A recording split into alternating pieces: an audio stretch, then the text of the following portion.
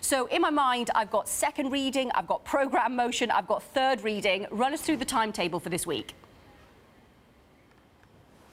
Yeah, so as you say, it all kicks off at 7 p.m. tonight with that second reading. This is the first time MPs will be able to have a proper vote of the bill that implements Boris Johnson's Brexit plan. All the numbers suggest that we will see that pass, possibly just by a whisker, because remember, there are various reasons to vote for that. You don't have to support the bill to want second reading to go through.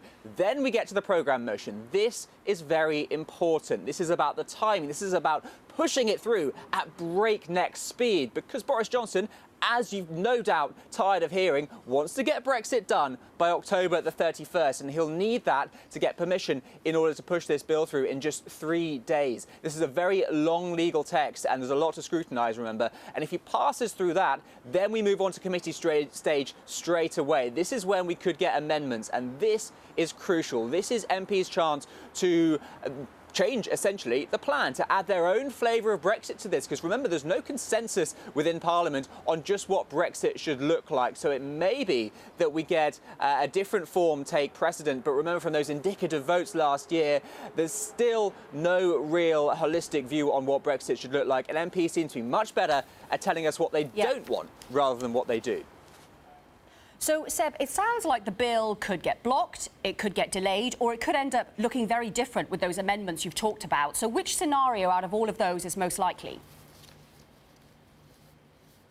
Yeah, so it'll probably pass second reading, as I say. The programme motion, this is when we could see the opposition start to frustrate things, because this is a very big legal text, 110 pages and 125 pages on top of that of explanatory notes, and they've just got 3 days to get through this. I don't know about you, Nero, but that would take me weeks, and then they have to make a call on this. They have to decide whether to implement this into law. So there are lots of MPs who are arguing, hey, we need more time to look at this, and voting down the programme motion is their opportunity to get that. But if we do get through and we're moving on, rattling through this bill, then we get to those amendments. And this is a chance for especially Labour MPs who are in leave voting seats, I should say, who want to get some form of Brexit through, to pass an amendment. We could see a confirmatory referendum, we could see a customs union, and then they can go back to their seats, to their constituencies, and say, hey, look, I voted for Brexit, but it's not necessarily as hard as the one that Boris Johnson is advocating.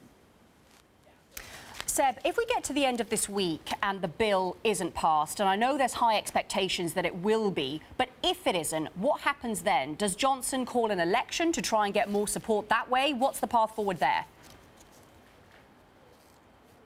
Well, an election is a very tricky prospect. Yeah, you're right. It would boost his numbers if he got that majority, because, of course, he squandered that when he booted those 21 MPs out of the party for voting against a possible no deal. But the Brexit party is still in play if Brexit is not delivered. They're advocating for a no-deal Brexit. They're likely to eat into the Tory vote. So Johnson's chances of a majority there are hamstrung. So it does present its own challenges. Of course, if he does get that majority, then it's plain sailing. Then he has that support to get this through. But that is a very risky prospect when he hasn't delivered on what he said he would. He hasn't created this Brexit that he's promised by October the 31st.